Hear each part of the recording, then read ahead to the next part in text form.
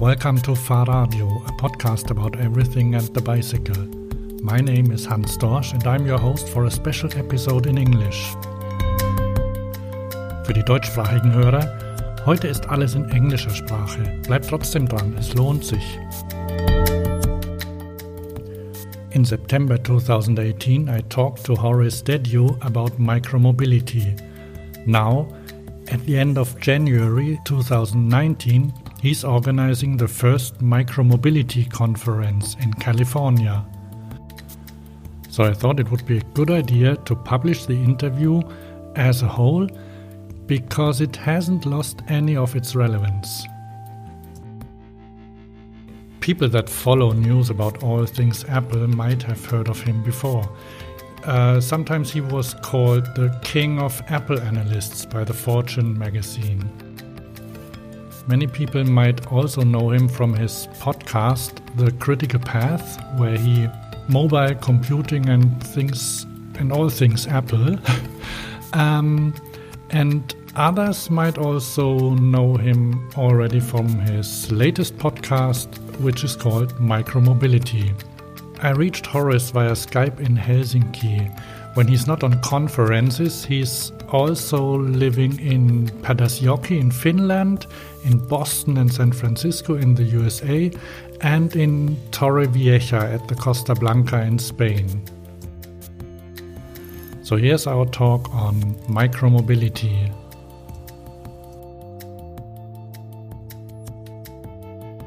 Okay, so my name is Horace Dediu. I'm a professional analyst, and my areas of interest and research are mobile computing, which is you can imagine is the mobile phone business and associated devices like tablets and now personal computers as well, and that's been going on since about 2002, and when I was at Nokia. And the second topic is now transportation, which I'm focused in the area of what I call micromobility. And this is vehicles and systems and services that are targeted towards lightweight vehicles. So my definition is that it's a vehicle that weighs less than 500 kilograms. So this is my definition of micromobility. So as an analyst, are you then an advisor for businesses that want to get into this market or want to open a market? Yes.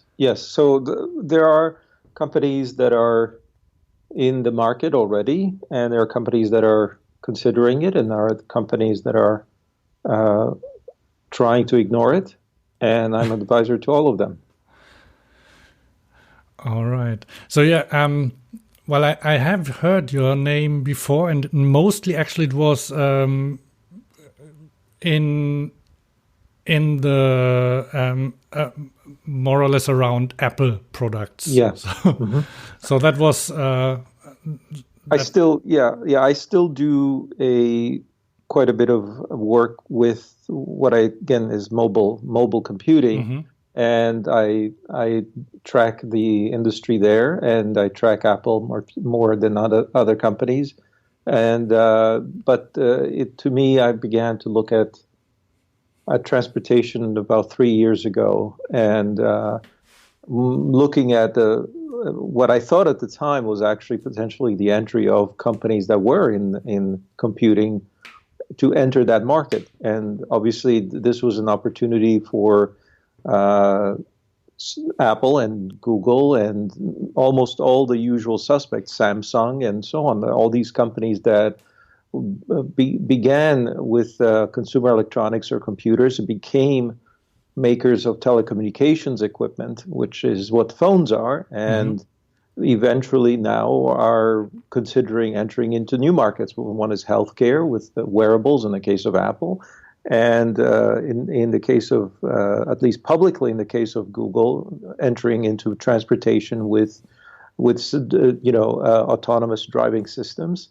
And so naturally the rumors and the announcements being made that these, which are now, by the way, the largest companies in the world by market capitalization, are considering transportation, I thought, well, let's have a look at what transportation is going to look like in the next few years, especially as we see software entering this space.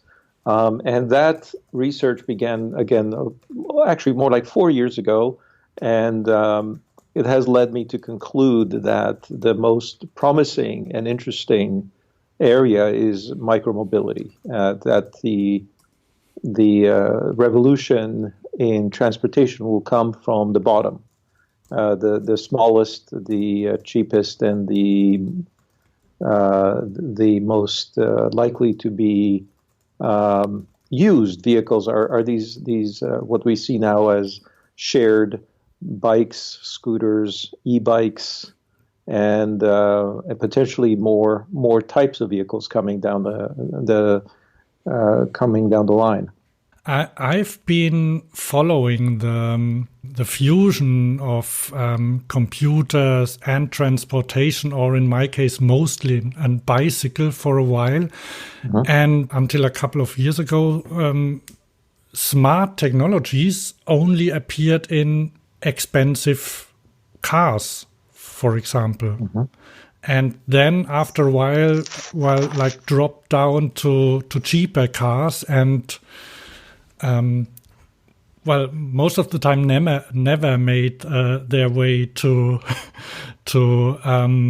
bicycles or other, that. Mm-hmm. Can you relate to that? Sometimes even car manufacturers, they played around with two-wheeled concepts, but they always stayed on the concept side. Mm-hmm. Yeah. So that's so first let me address the question of technology adoption by the automotive market. I would argue that actually the exact opposite is the case. The automotive industry is extremely slow in adopting technology with respect to what we think about as a consumer technology. I'll give an example. It was still possible to purchase a car with a cassette player in the mid-2000s. It is still possible to buy cars with CD players today. It is still possible to have a car which does not have Bluetooth today. It is possible to have cars which do not allow you to play or mount or attach your phone, even though the phones have been around since the mid-90s. And so the industry, and also the availability of things like touch screens, the availability of innovations that have come from user interfaces into consumers already maybe 15 years ago are not yet adopted, except for the very expensive cars. And because they stay in use for so long, you have technologies in cars that are antique today. And so in that, from that point of view, there are some technologies that are adopted that are, let's say, more forward-looking. But take, for example, a camera system for reversing the car, so you want to see behind you. Mm-hmm. This technology, if you were to measure the quality of that camera, it is something from probably 2003. In terms of its performance relative to what we have today in terms of every phone in use today is so much more superior than that. So in many ways, what happened is the car industry used to be at the forefront of many technologies. In the 1950s, 60s, 70s, 80s, you would have very clever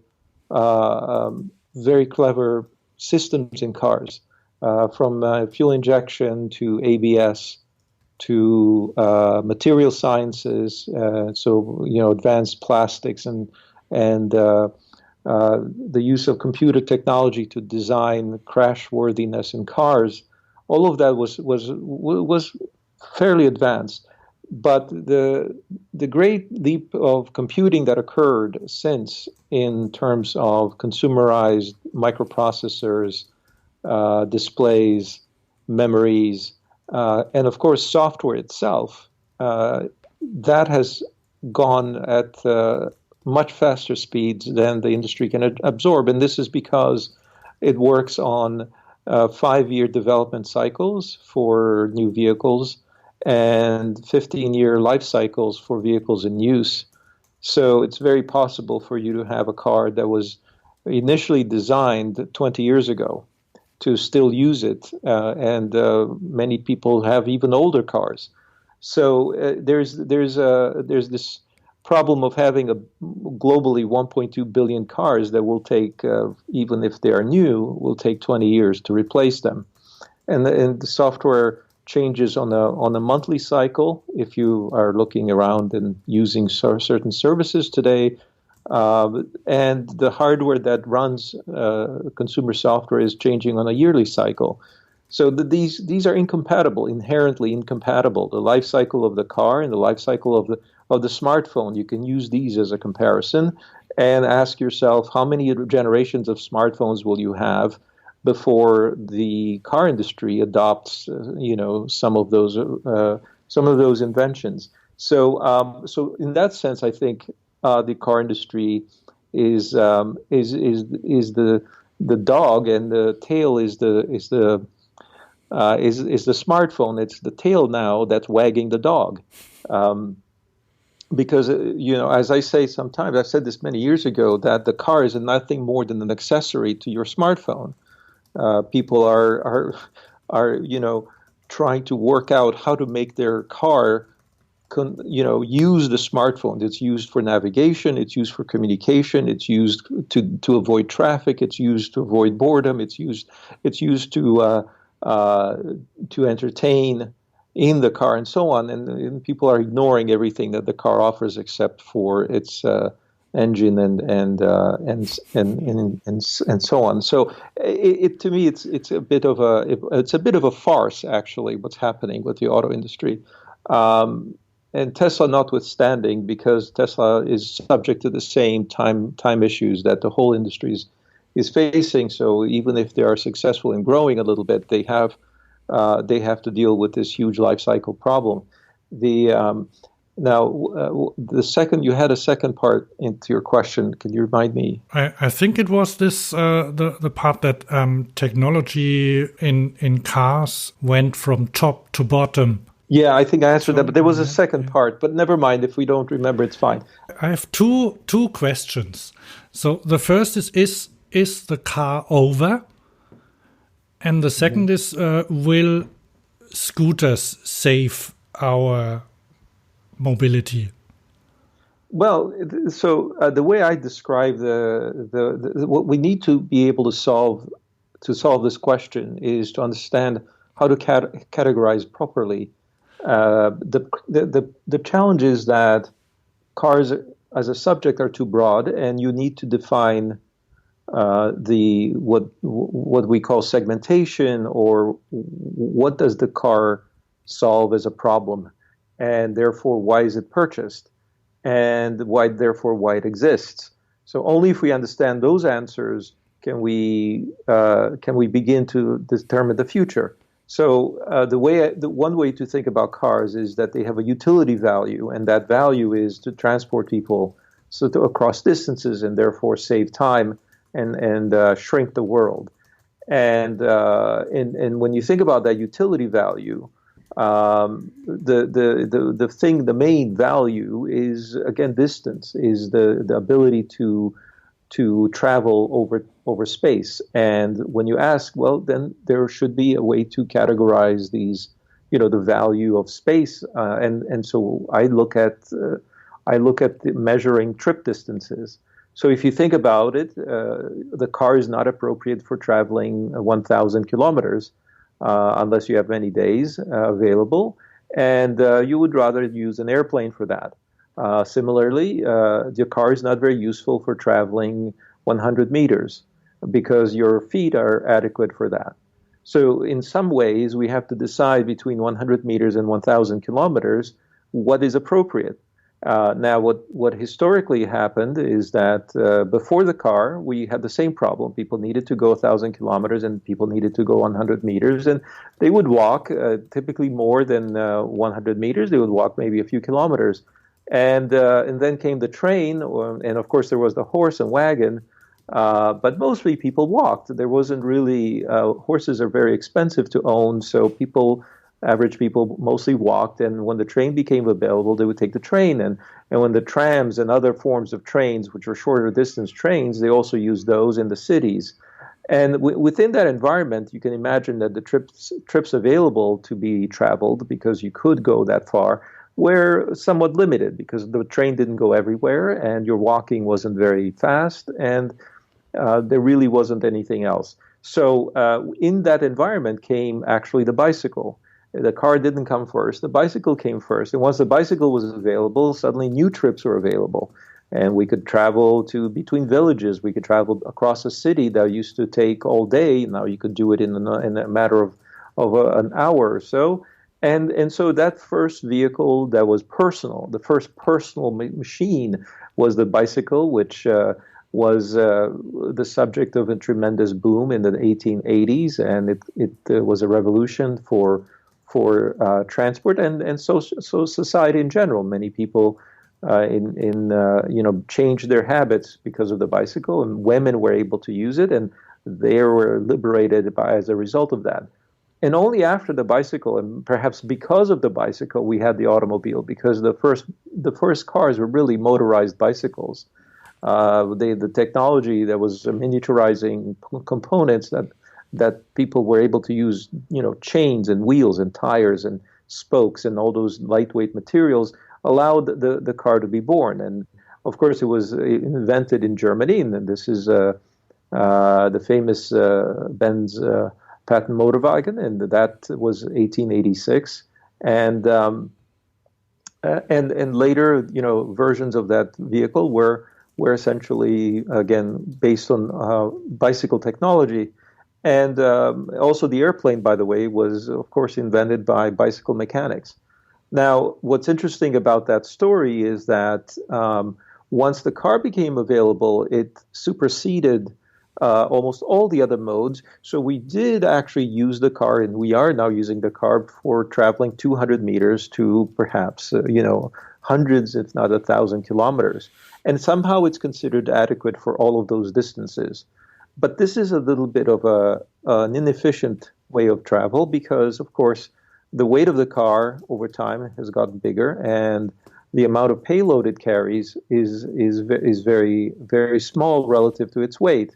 And so we have to use 1,500 kilogram car to travel, to transport a 75 kilogram person. That seems inefficient, especially for short distances. But we really haven't had a good alternative. And although the bicycle remained, we built infrastructures for cars, and we built our cities to be bigger, and so we live in an automotive environment. What micromobility, and this is the interesting thing, of course, is that we've had bicycles for a long time, but what micromobility is a motorized vehicle, actually. So I define it not just under 500 kilograms, but having a motor and being used for utility transport. And if you think about those three requirements, under 500 kilograms, having a motor, and being used for utility, means that it suddenly can cover many small distances. So from a few hundred meters to possibly, 10, 15 kilometers. And that small vehicle shape and size is available now at a very low price, but also available in a shared environment. and very accessible as a result. So you have, because of smartphones and GPS and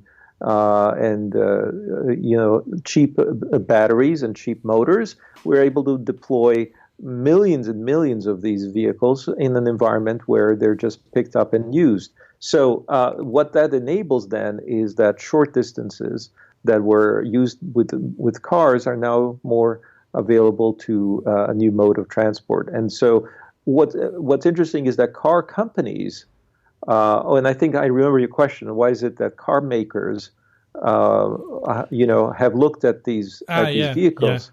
Yeah. They looked at these vehicles and they say, well, this is interesting. Our engineers can certainly make a scooter, or they can make an electric bicycle.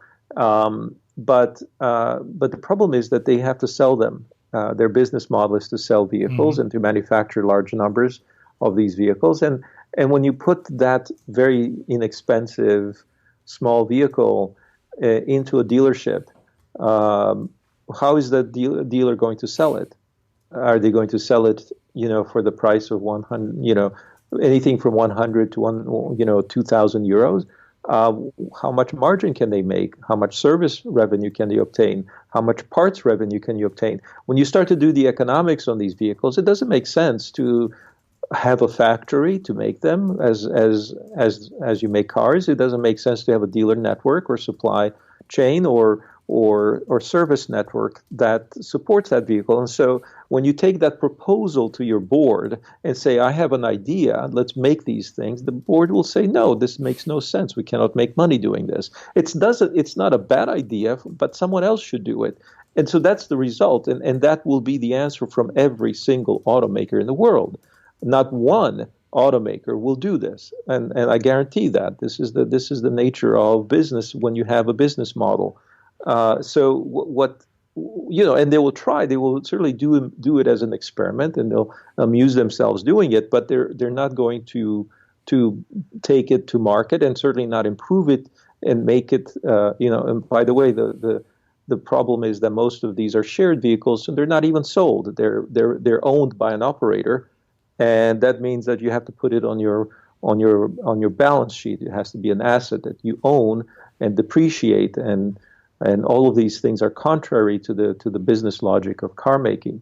So my assumption then is that most of these companies that will deploy these fleets of vehicles will be new companies that weren't making cars before, and so that's in a way to describe a disruption, because disruption is a term of art defined by Clayton Christensen, where he said if a new technology enables a new business model that is sufficiently asymmetric to the incumbent will not attempt to do anything with it.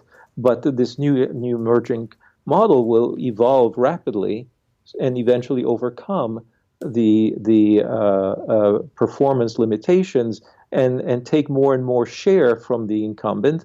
And the incumbent will abandon this and choose to go up market. In other words, they'll go to a more comfortable location where they can still make continuous profits. And when you look at the segmentation that I put forward around trip distances from very short distances to very long distances, an automaker will gravitate towards more and more long distance and bigger vehicles and heavier vehicles and more long range vehicles, because that is where the profits are. And they will abandon the short distances because they're not profitable. So this is the classic disruption, where from below the scooter becomes a vehicle that expands its range, expands its capabilities, expands its safety, performance, etc., and eventually takes on more and more kilometers. It begins with 1 kilometer, then it goes to 2, then to 10, then to 15, then to 20. The interesting thing about the distribution of trips, however, is that the vast majority of trips are very short. And in fact, the distribution of trips is such that, and I've done this calculation for the United States, but if you were to take all the trips less than 12 miles, and again, I apologize, this is in miles because of the U.S., but if you take all the trips below 12 miles, they equal in quantity and value in terms of dollars spent to all the miles above that. So this is called the point of parity. At what distance does the value of transportation balance each other on the spectrum of distance, and that happens to be, depending on whether we're measuring dollars or time or distance traveled or vehicle miles traveled, as it's called, VMT. That point of parity is between 12 and 15 miles. I think in Europe it's going to be closer to a lower number, so closer to zero. And so it could be, let's say, for the sake of argument, it could be 15 kilometers. And so what that means then, from an economic point of view, is that there's as much value in the first 15 kilometers as there is in every trip taken above that distance. But the car makers will, and your question, will the car die? No, the car will still be used for long distance travels. But those kilometers of the long distance are going to be increasingly uninteresting and not very profitable, and certainly contracting as opposed to growing. And the long-term pattern, of course, is urbanization. We have 75% of Europeans living in cities, and that's going to grow. Globally, it's going to reach something like 60 to 70% by 2050. These are therefore shorter distances, and urbanization drives the trend towards shorter distance, and demand will grow for these types of trips. And as a result, the assumption is that a disruption will occur, and it'll come from the bottom, and we'll see how long it takes. This is the whole debate. My analysis is mostly centered now on how long it takes, not whether it will happen, but whether it's going to be 5 years, 15 years, and so on. So how long will it take? Well, it's an open question, and that's why I said it's a matter of research.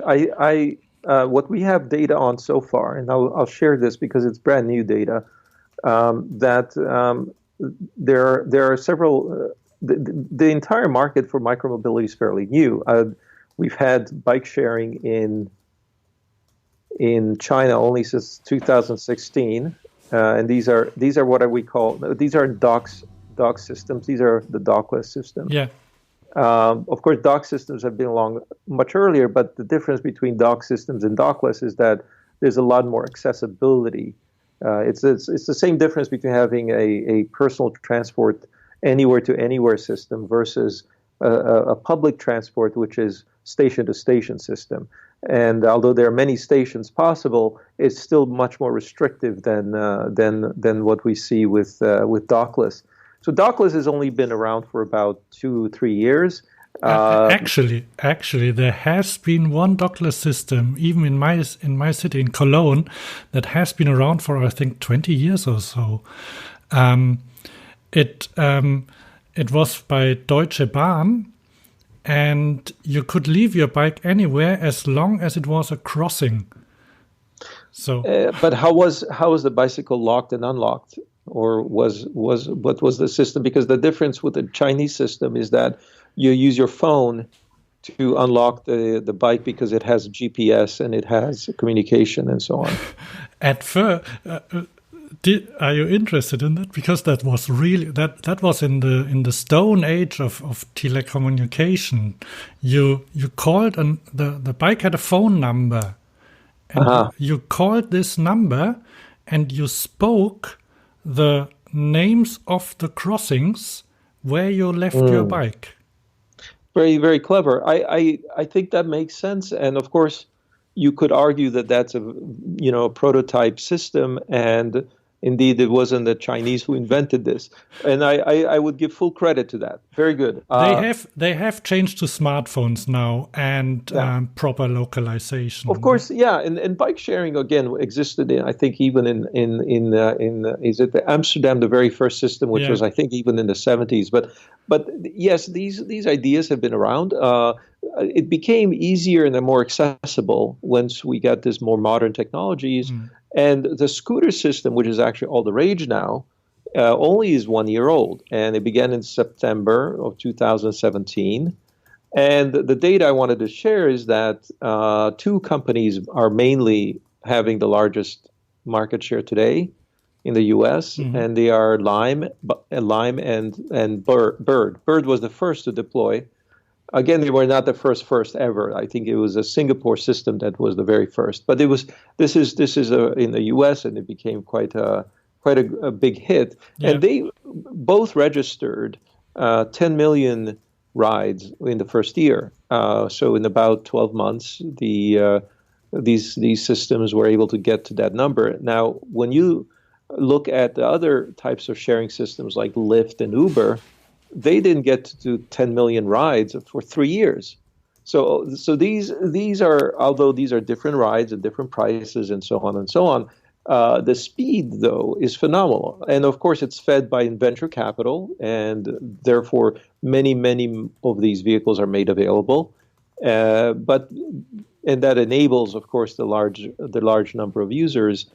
But nonetheless, the Chinese system, by the way, as of February of this year, was cited as having 400 million registered users, 70 million daily active users, and a fleet of about 23 million bikes. So in 3 years, the Chinese system gained these numbers, and these are numbers that are on the scale of Facebook or a social media platform like an Instagram or something like that. It was growing as fast or even faster than those systems. And when you look at the rate of growth of the scooter sharing network, it's on the same scale as, again, an Android or iPhone, actually probably even faster. We're not measuring the exact same quantity because one is in users and devices sold, the other is in terms of rides.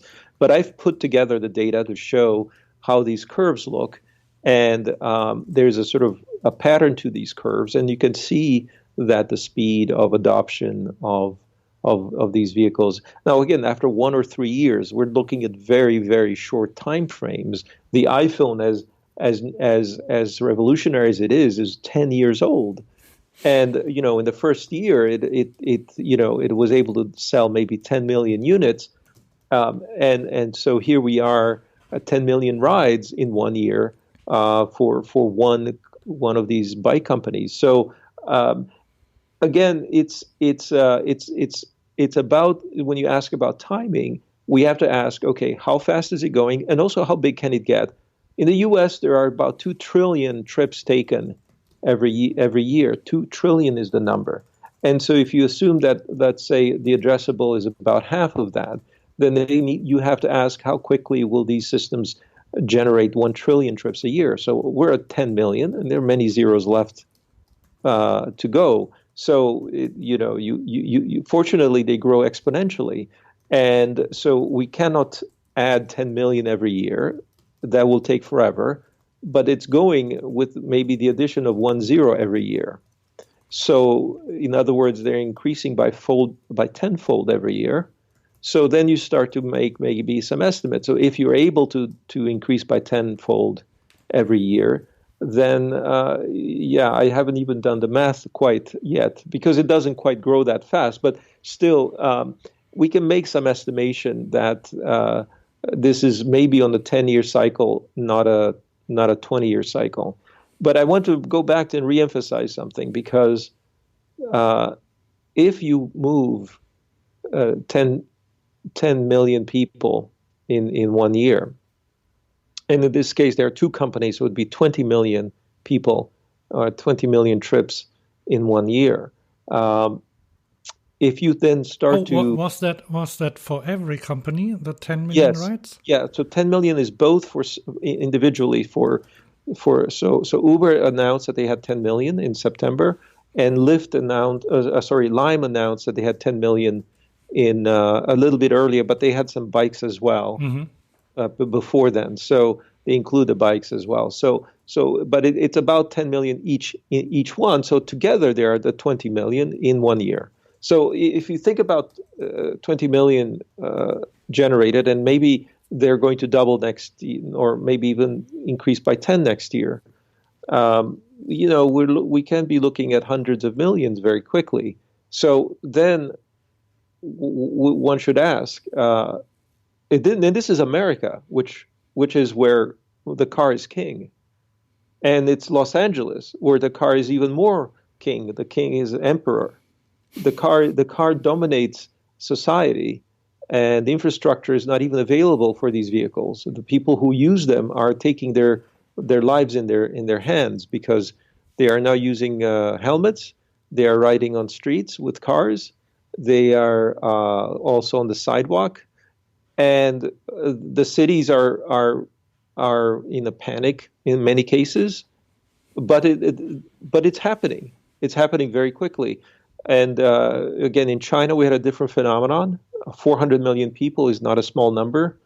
70 million a day, every day is a huge number. So the capitalization of these companies reflects this. These companies, all the ones I mentioned, Lime, Bird, and in China, Ofo and Mobike, were valued in the billions of dollars each. And so this was created in no time. Now, some of them may be irrational, and we may have them disappear even, but I can guarantee they'll be replaced by something even bigger, because this phenomenon is not just a fad. People are not doing this only for fun. They're doing it because they are getting utility out of it. And that's what I meant. It's, if it was for fun, well, there are many fun vehicles you can take, you can use. You can roller skate, you can rollerblade, you can use a mountain bike on a mountain, which is not a utility, or you can use an electric bike on a mountain, or you can use a snowmobile in the woods. These are micro vehicles in the same sense, right? But they're not used for utility, and they've been around forever, so their growth is very, very low. But here we have a vehicle that's used for utility purposes to really get around, and it's across age groups, it's across gender, it's across also every city. Wherever they're put in use, they're very popular, and the only constraint is whether cities permit them or not. And so I think the evidence is overwhelming that whether it's a cycle or electric bicycle or a docked or dockless or in this case throttle based, which is this scooter model. Yeah. This is resonating with users, and it's growing faster than anyone has ever seen before. So there's still plenty of room to go. I'm thinking 10 years is before we reach saturation, and it will take a huge chunk. And the point is that if it steals 5 kilometers out of the car, the first 5 kilometers, let's say, that would destroy the industry. I don't want to exaggerate, but for the car industry to lose the first 5 kilometers, the car utilization, the car sales will begin to be significantly felt. Now, again, it's like saying, if you have a phone, do you use your computer? Of course, you still use your computer, but you start to use your phone for tasks that the computer is maybe not the best because it's over-serving. So if you're going to text someone or even respond to an email quickly, you're going to use your phone. But you can see the impact of the phone on the computer industry. The computer industry collapsed already beginning in 2010. And since 2010, the PC business has gone down every single quarter. And you probably know the numbers comparing the Mac and the iPhone, for example. I don't have them in my head, but I know they are amazing. so the Mac is a niche business. But that's right. So the personal computer. So this is the general. The Mac has been doing well because it's been growing against the PC. But the overall PC plus Mac business, if you take those two together, that has been contracting for 6 years, or more than that, maybe 8 years now. And the result is that Microsoft has had to change its business model to be a service company, not selling software anymore. That is they moved to the cloud and began to sell software as a service. And this is something that has kept them alive. But if they had stayed selling Windows in Office, Windows mostly is sold when the computer is purchased. so they get paid at that moment in time, that business is going away. So this is the question for car makers. Again, they might need to switch their business the way the Microsoft did in selling cars as a service. But if they don't, it's going to be in 10 years. It's going to be a crisis for the most of the car makers. Again, all throughout this period, because disruption teaches us exactly what happens. Disruption is been this wonderful theory that predicts exactly how this happens, but it doesn't mean that those who are affected by it and know the theory can do anything about it. That's why it's called a dilemma. It's the innovator's dilemma.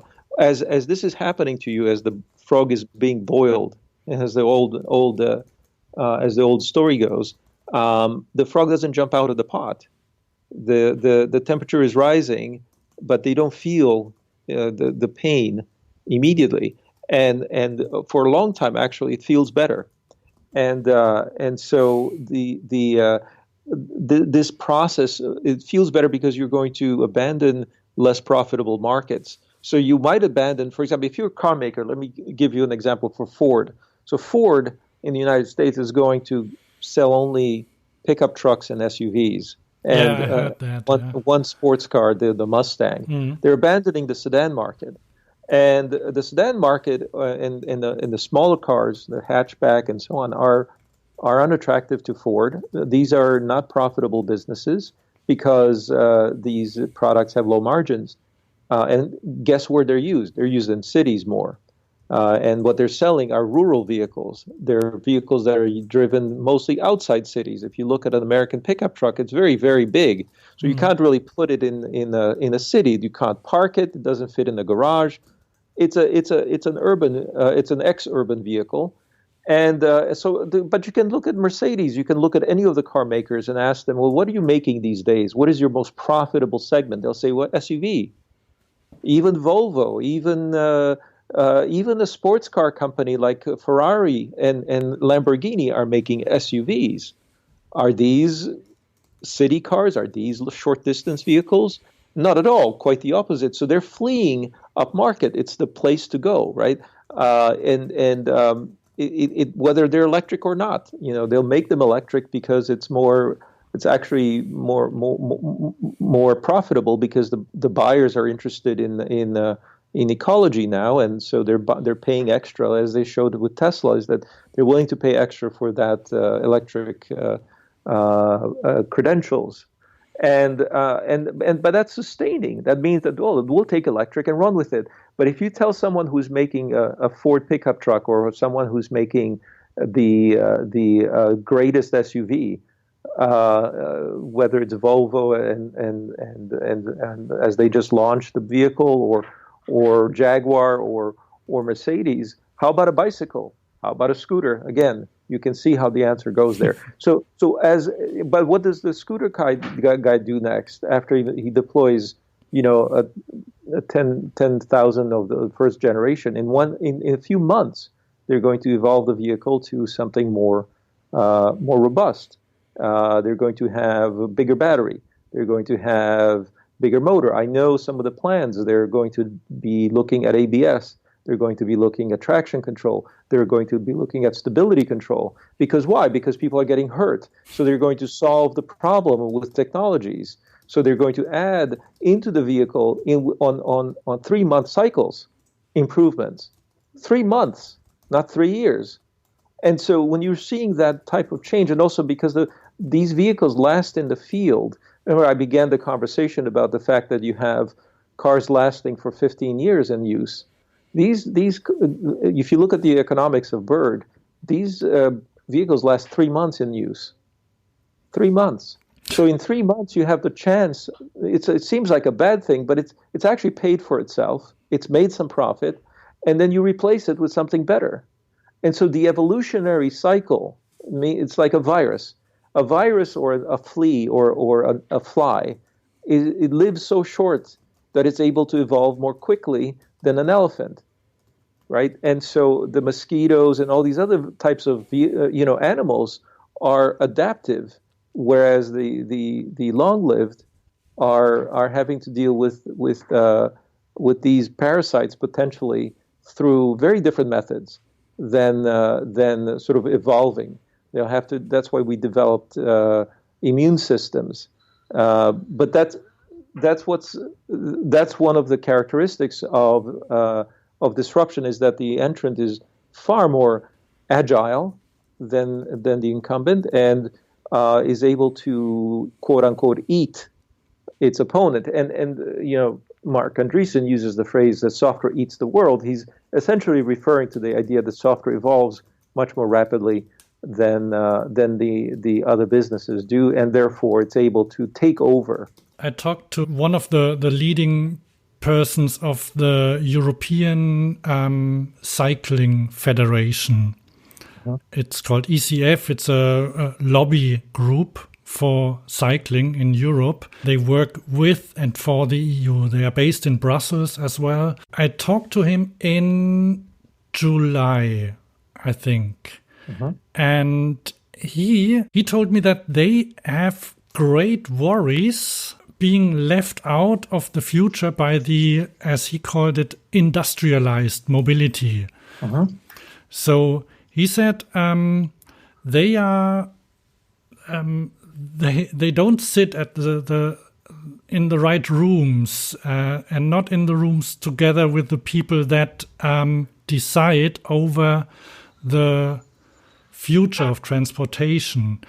Well, he was afraid of autonomous vehicles, that they could take over the streets, and by say cities making room for autonomous cars, buses, whatever, they would put cyclists and pedestrians on the sidewalk again.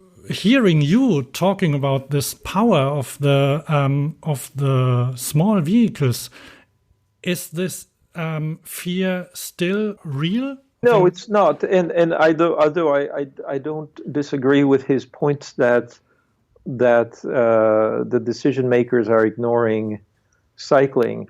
Disruption doesn't work on that basis. Disruption is inherently unforeseeable. Inherently unforeseeable. It means that everyone who's looking cannot see it. And that includes car makers, which I explained how they cannot see it. It includes policymakers, city planners. It includes the consumer and the very user of the service, and includes those who are watching the vehicles like a hawk. These are the actual cycle companies. They don't see it either. And they cannot see it because they're selling products that do a different thing.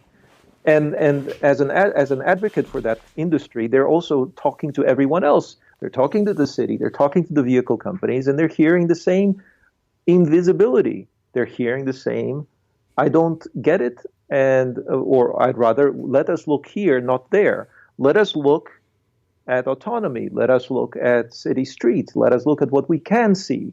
You cannot have a conversation about something that you cannot see. And so in that sense,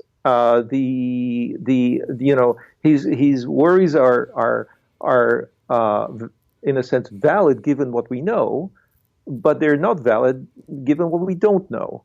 And the what will happen, again, having this theory of disruption gives you visibility into the invisible to some degree, mostly because of you have to have faith in the theory. You don't have actual evidence. You just have faith. But the faith is telling you that there will be billions of trips taken, that these streets will therefore be filled with these vehicles.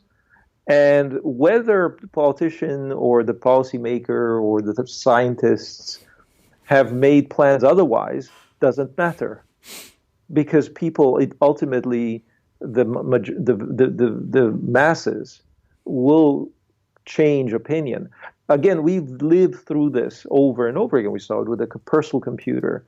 IBM and digital equipment could have been studying the computing market for decades. It didn't matter. They did not see a personal computer. Or you could have seen it with the phone business, and telecommunication companies were were looking at both cellular and fixed line and making plans, but came the smartphone and everything changed. And of course, behavior of users on phones dictated that we don't talk on them anymore, but we use them to look at them. And that meant that none of those conversations about voice communications were interesting anymore. And it is the same thing going to happen with autonomy, because autonomy is trying to make an existing system better, but the existing system being cars on streets and making those cars better. But the car is not the subject matter. The car is a bundle of trips. It is a bundle that we prepay of trips between a few hundred meters to a few hundred kilometers. And if you understand that your entire objective of car ownership, car structuring, car regulation is based on the bundle of trips that will be unbundled, that the trips will not happen all in the same metal box, then none of it is relevant. It's a completely irrelevant conversation to talk about autonomy, or even electric drive in cars. This is like talking about whether a mainframe computer should be made of aluminum or steel. It doesn't matter. It's not a thing that will matter to anybody in 10 years. So, well, as I've spoken to many advocates before, they have been fighting, they have been working hard for 30, 40 years to give cycling, or they also call it active mobility, to give cycling or walking the room in the cities. Will their work just be obsolete, which would be okay? No, I think. It's not. They will be. And I follow these advocates myself, and I read as much as I can, and I speak to transportation researcher who write books about this. Mm-hmm. And it has been a multi-decade effort. I spoke at a conference, an urbanization conference, and they're really working hard to make this happen. I think they will be drowning in success. It's going to be far more successful than they thought, but not because the streets and they convinced the politicians to change the rules. It's because the streets will be flooded with vehicles that will be brought there by new companies. And I mean, it's interesting also, I would visit with bicycle companies at Friedrichshafen, where there's the Eurobike show. For 2 years I've been there. And were you there this year as well? Yes, I was. Okay. But I too observe, and I felt that industry was going to disappear, and in the sense that those vast majority of those vehicles on show are recreational, and they are. It's a longer story as to why it is such a strange business, the bicycle business. But what we're seeing now is that the bicycles that are the most popular in the world are made by service companies. They're not made by bicycle companies. So those service companies in China, for example, or scooter company in the US will buy the factories, will buy all the capacity of components, so that it won't even be possible to make a bicycle if you're not one of them. Because right now there's actually a fight going on. I don't know if you know this story, but the scooter business is in such high demand for scooters that there are supposedly deals being done on the ships coming over from China, and the captain is selling containers on the side, because they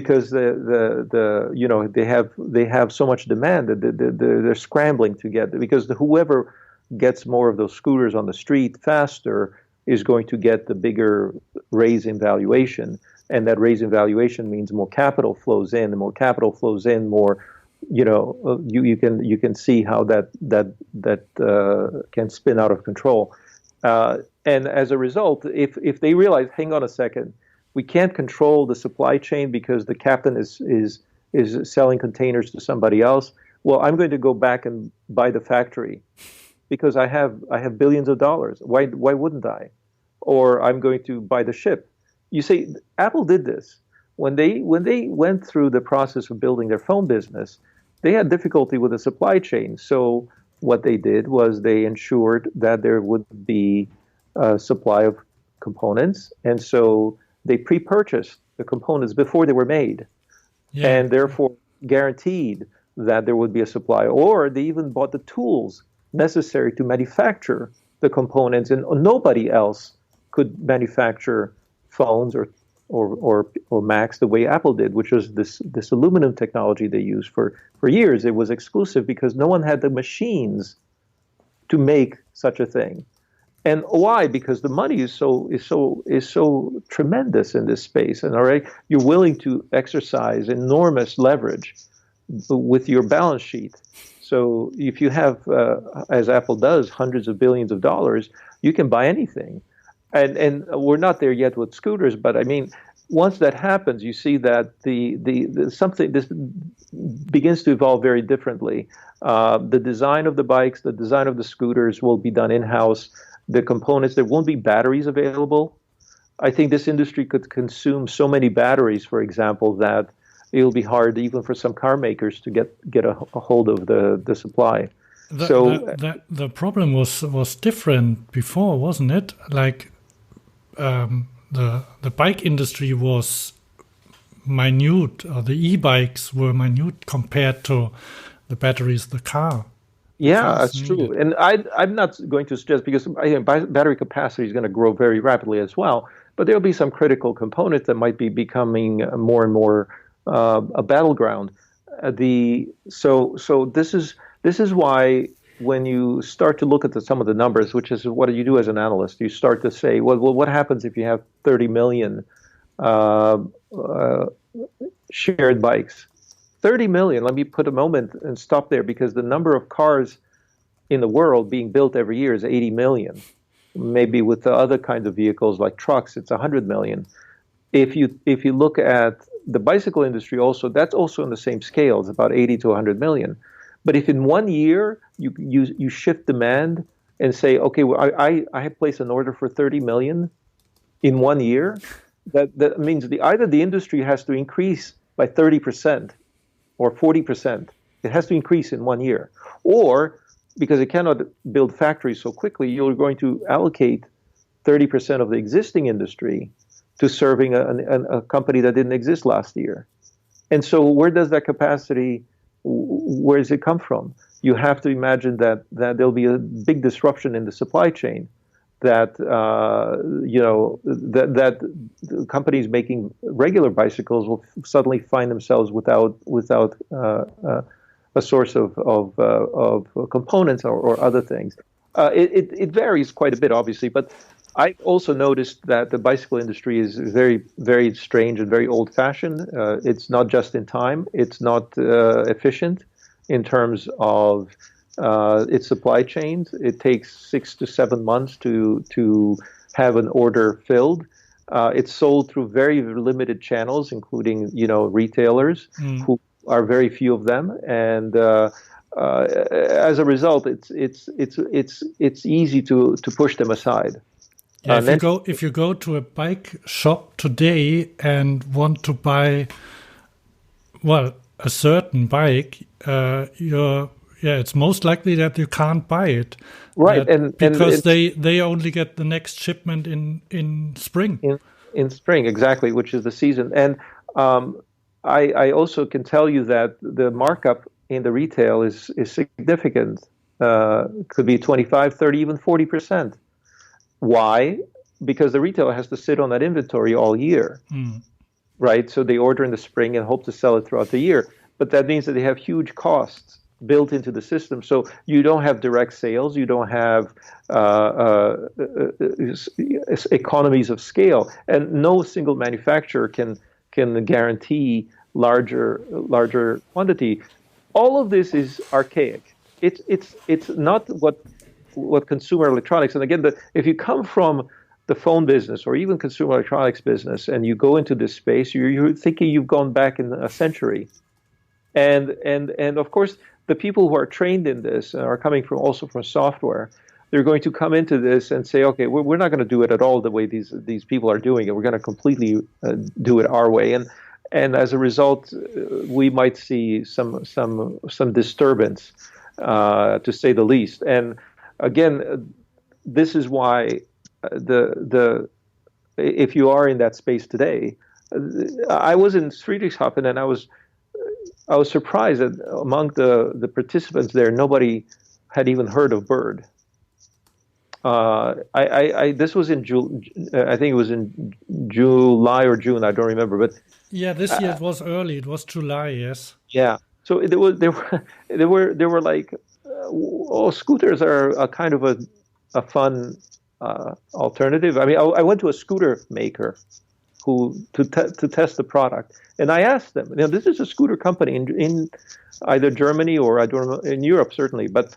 I said, well, you guys know, what are you doing with Bird, or what are you going to do about Bird? And did they do electric scooters? Yeah, electric scooter. I went to test drive, and the person there had never heard of Bird. That's true. Yeah, there's one maker. They are called Flynn. Maybe you saw. Yeah, I know them. There's ZF. Yes. Yeah.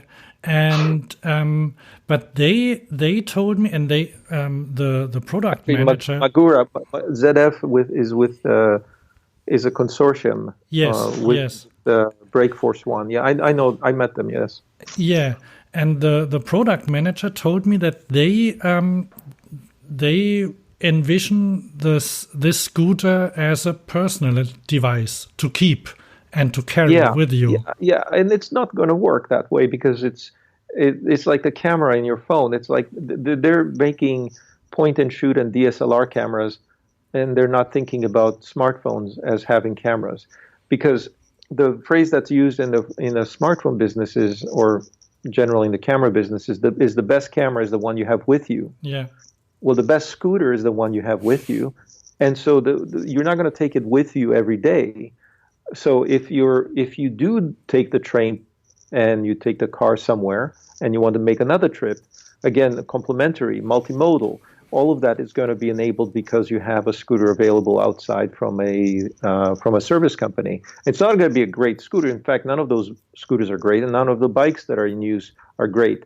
But the ones that are in use are used so much more than the ones you have at home. So these bikes are used 5 times a day. Think about riding your personal bike and how many times. Well, many people do commute with them, but vast majority of the billion bikes that are in the world today, maybe 2 billion bikes that are in the world today, are never used. Are used once, twice a year, and so the economics are pretty clear what's going on here. So I don't have anything.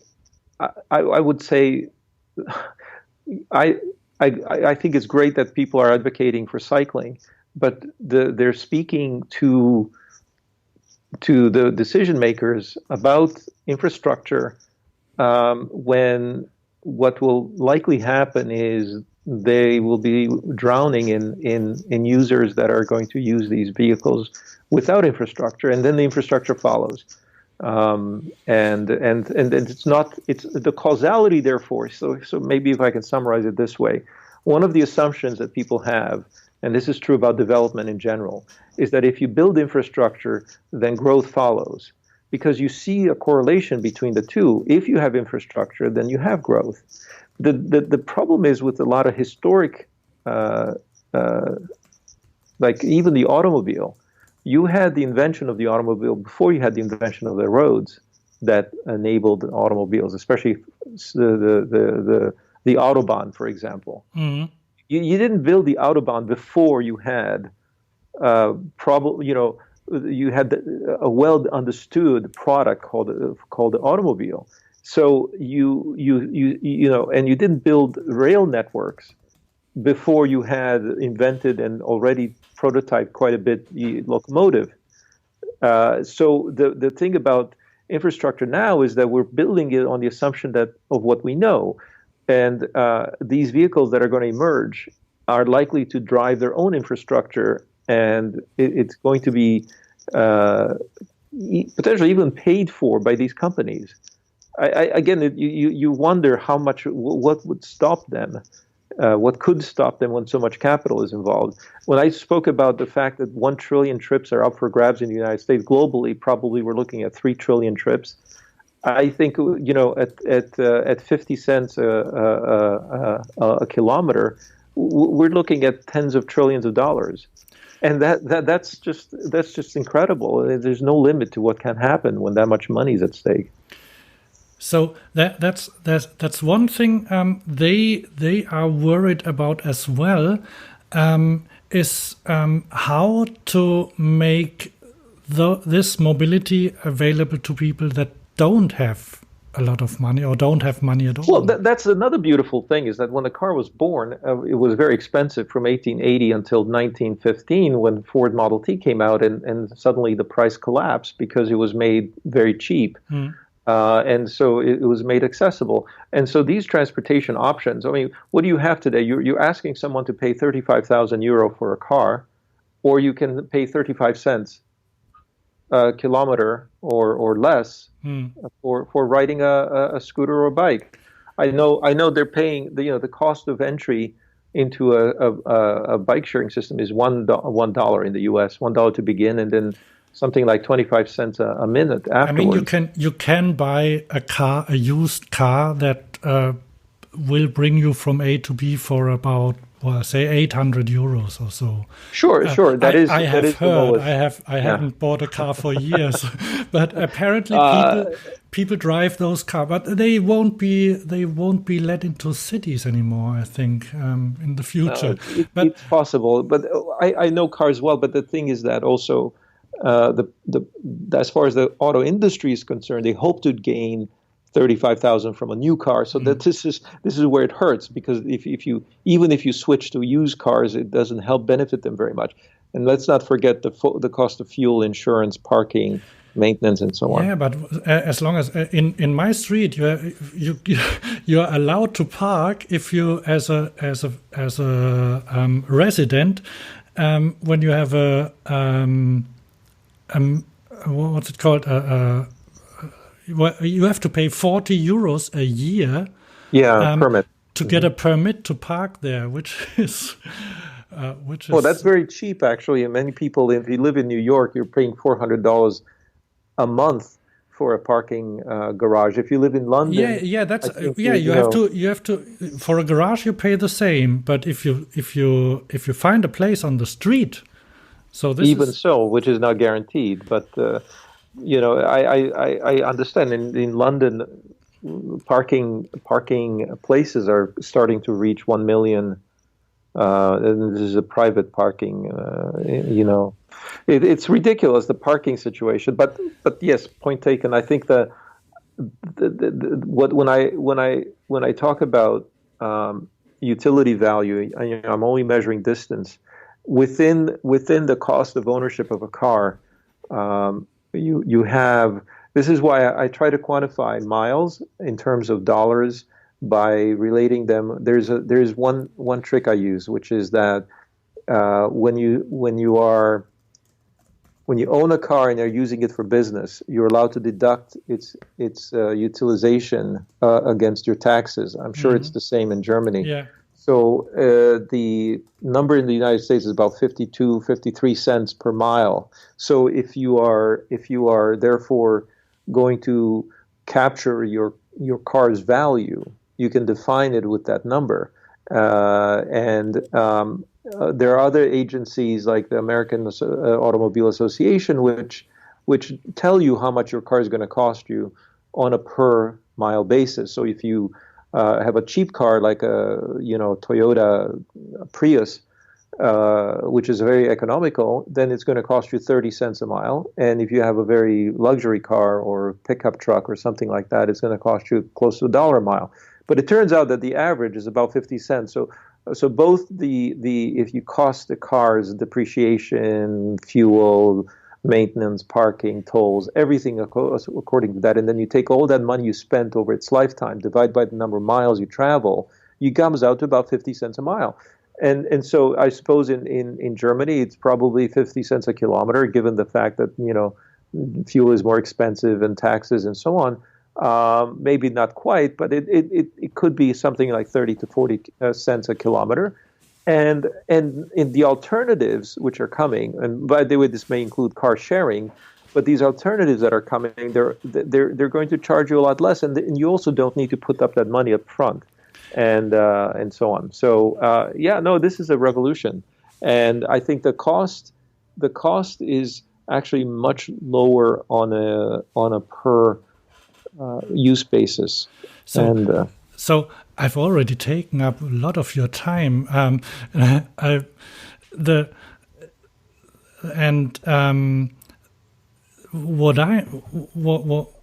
Because many of the people, including me, they just can't wait for the cities to empty of the cars, to get rid of the cars.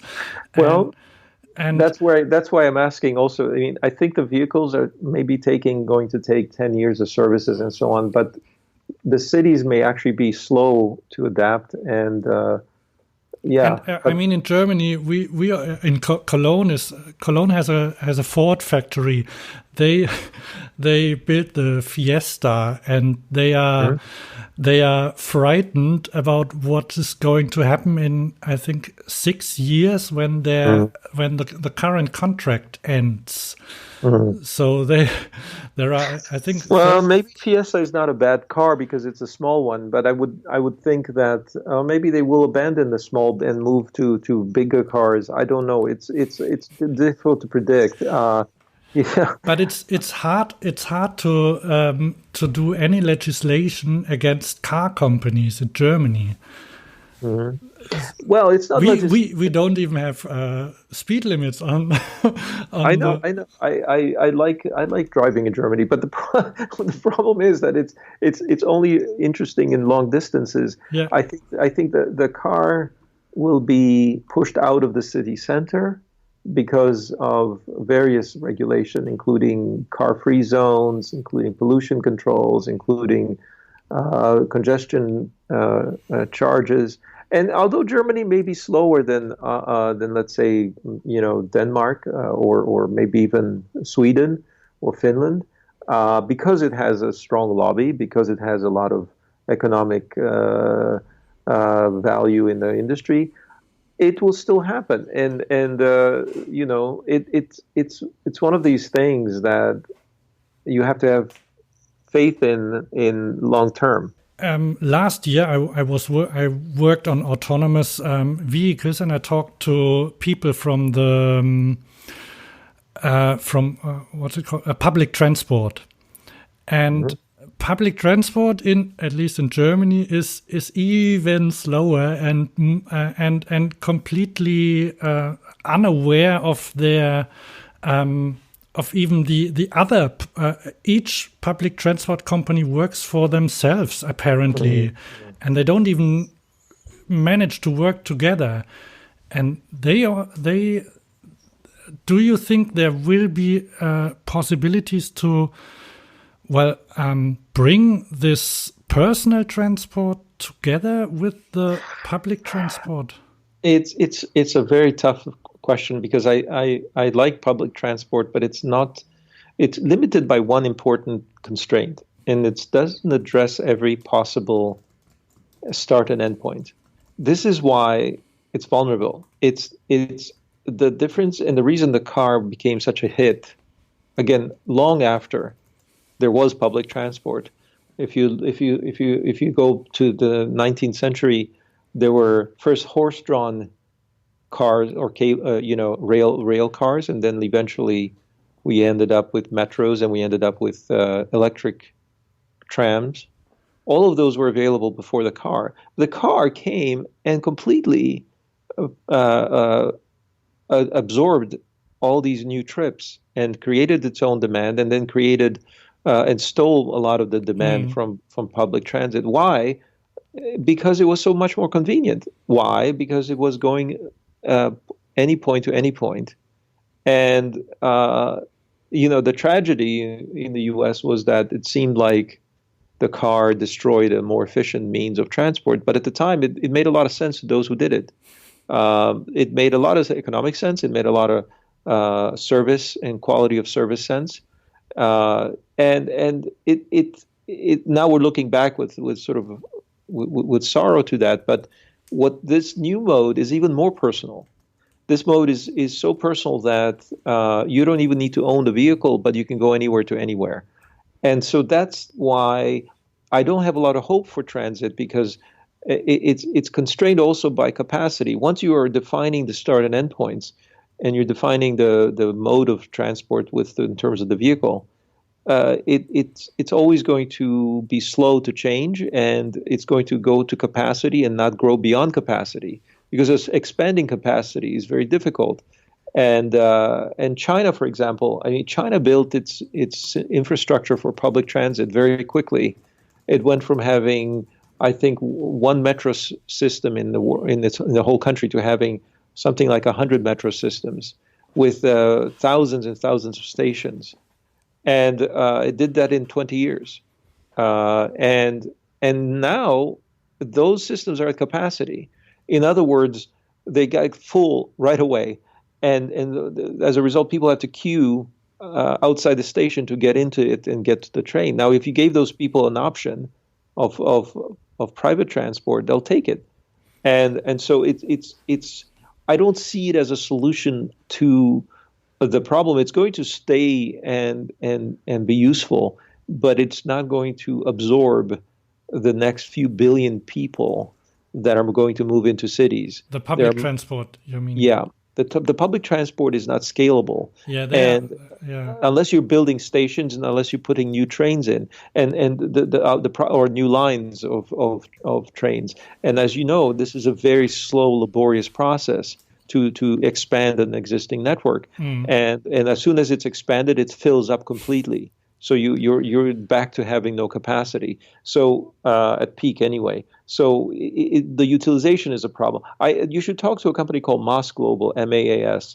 They are a Finnish company here in Finland who sells subscriptions to bundles of transit and other forms of like taxi and sharing and bike sharing. And are they from Helsinki? Yeah. And what they're writing on top of is the fact that, well, bundling is important. So people would like to have one ticket for all the systems, and as you said, they don't interoperate, but they can aggregate them at a higher level. So you have an app and you show it to the system. Okay, it won't work everywhere, but generally that's what they're trying to implement. So aggregation will come, and secondly, they integrate also these personal systems. And so they allow the user to have more convenience. And to me, that makes a lot of sense, because the user will say, okay, I want one app to go anywhere to anywhere. And if I use transit, I use transit. And by the way, the reason they make some money is because a lot of these transit systems have excess capacity. So they're going to sell to them. They say, fine, bring more people.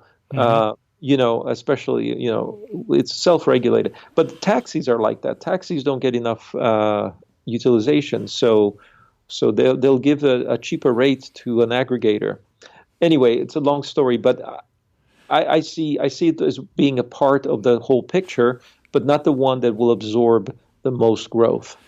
Yeah, what they told me as well was that they don't want private companies, and they spoke of Uber, for example, to have all the data about the traffic. They want to have it themselves.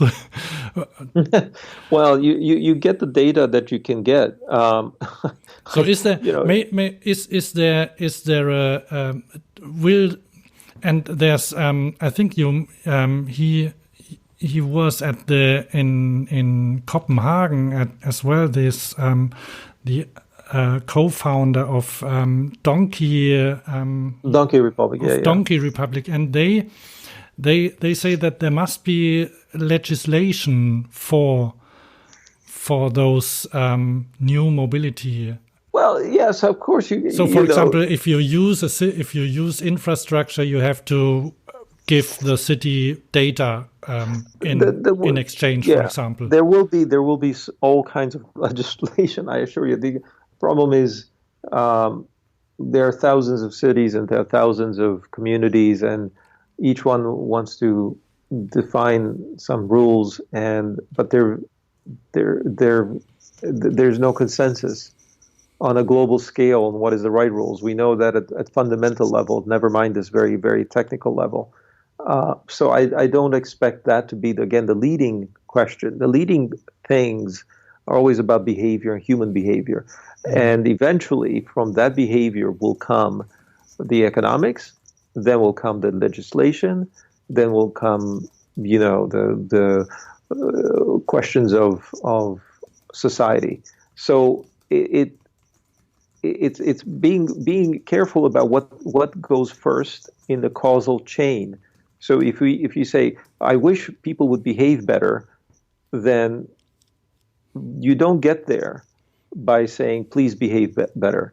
You get there by creating systems that create incentives, that create economics, that create also boundaries, and then behavior changes. And so we are all focused on behavior, but in order to make that change, and I think even at the level of a planetary kind of sustainability, we all look at the final data, but to get that change in behavior, we have to start much further away, and that's the system we have is fundamentally economic, and what's interesting is how historically this has happened, and it's not been top down; it's been bottom up, and that's my hope is that this technology we have is a very low level, very accessible technology, and it has potential to make people happy. So if they're happy, then they'll change behavior. It's not the stick; it's the carrot. All right. So there's no need to be afraid of an Uberization of transport. There'll be imbalances. Or would that be a bad thing? What I think about is that there are these systems, when they change, they will create imbalances, and there will be data that will fall in the hands of companies that may misuse it and may allow it to be badly used by others. Okay, this is the phenomenon of we've seen of social media as well. And so there will be the phrase that's used is data exhaust. In other words, just like a car has an emission, an unintended result of the combustion process. The data many times of people writing these systems and these systems being digital is that there'll be data generated, and that data is someone will begin to collect it, and maybe it's useful, maybe it's not, but and maybe there'll be a market for it if it is useful. But I think we'll have to find out how to regulate that much after the system is in place. If we try to do it in advance, well, we just don't know how people will use it. We don't know any of that. In fact, the companies who are building these systems, I point out to them that, look, the data might be the most valuable thing you create, but they're right now just trying to get the vehicles working. So they're not concerned yet with the data. But at some point, just like, Apple was not concerned with the consequences of Facebook when it built the iPhone, which then required them to build an app store, which required them to allow developers to build apps, which then, Facebook took advantage of. And as a result, we ended up with what we have. Now, again, Steve Jobs didn't anticipate that, and no one did. And now we have to deal with the consequences. But it would be, it's if it were in 2007 and you started to say, hey, hang on, let's not do apps because they might get misused, or let's regulate the data that's on the network, a lot of that would have constrained the whole system to such an extent that no one would build anything. And so it's kind of, again, it's one of the consequences of building great things is that there's a lot of also bad things, but we can't act on the bad before we have the great. Does that make sense? Yeah, definitely. And then one last question: Will we still walk in the future? It's funny because a lot of people think that scooters substitute walking, and I'm sure they do to some degree. But the thing about both the car and the scooter and maybe the bike is that it created its own demand. Most of the trips that are taken now are because we suddenly can go places we couldn't go before. If you had a society like medieval society where people could only walk, you had very small cities. You had cities that you could be traversing in only 1 hour. And that's so if you look at the size of medieval cities, they were all very small. And now we have very big cities. And the more the car is in use, the bigger the city is. So if you go to a town in Texas, it's enormous, and you can't get anywhere without a car. But what's interesting about scooters is that if we end up abandoning cars for scooters, we might end up also shrinking the city again. Because what would happen is, well, people will say, look, I want to get rid of my car, but that means I can't live in the suburbs. And so I'm going to, we're going to see more gentrification. We're going to see young people saying, well, I can't live more than 10 kilometers from all my friends. And so people will want to live in cities more. And, the data on Germany is also like young people are avoiding getting cars, avoiding getting driver's license. And so we might have a re-urbanization or central. Now, I think that doesn't mean people won't walk. Walking is still rather efficient for very short distances, and I think I don't see that disappearing completely, and I think the scooter generally is going to compete more with the bigger vehicle, and it's going to compete more with again, non-consumption, as we say. Non-consumption means trips that you wouldn't have taken if it wasn't for that type of vehicle. So that's why I explained to people like this. I said, look, the car created several things about social behavior. One is that you go cruising, and this is an American phenomenon. So a form of socialization where you drive in your car up and down the street for no good reason, except to be seen by others and to see other people. So it's a way of mingling, a way of going on the promenade on the boulevard. This was the equivalent before the car. And so Americans would go on the boulevard by driving up and down the street. They also went to the mall. To the teenagers would go to the mall and walk up and down the mall for the same reason. This was their boulevard. But the thing is, because of the car, you either go up and down a street or you go to a mall and you walk up and down the mall, but you have to go there with a car. Now, the thing about scooters is that we might see new forms of behavior as well for socialization. So if you want to socialize and you're a young person, you want to go on a date, you want to impress a girl, then you hop on a scooter and you go places where scooters go. And these may not be places where cars are possible. So I would look for this kind of behavioral change, and then something's happening on the social level, right? You're going to have parties and events where only scooters go, and that will be very interesting, right? Because these parties, these impromptu events might be, and again, I use scooter as a general term. It could be cycling as well, but going to an abandoned place for a dance party or something like that. That's and there's no parking and it's inaccessible. It's perhaps not even it's not possible to get there without the scooter. That's to me the interesting change in behavior we might see because the car made behavior and trips happen. and our living spaces and our workspaces were formed by it. So we know we have successes when people make new things because they're enabled by a new vehicle. And by the way, the bicycle did the same thing. There's a famous story about how cycling reduced the rate of incest. Yeah. I don't know if you heard me say this, but I heard it for both France and UK that because the villages now people could travel between villages, so it formed the ability to date people as we know it. So new forms of romance, new forms of once you're dealing with romance, you know you're winning, right? Because that's so important, right?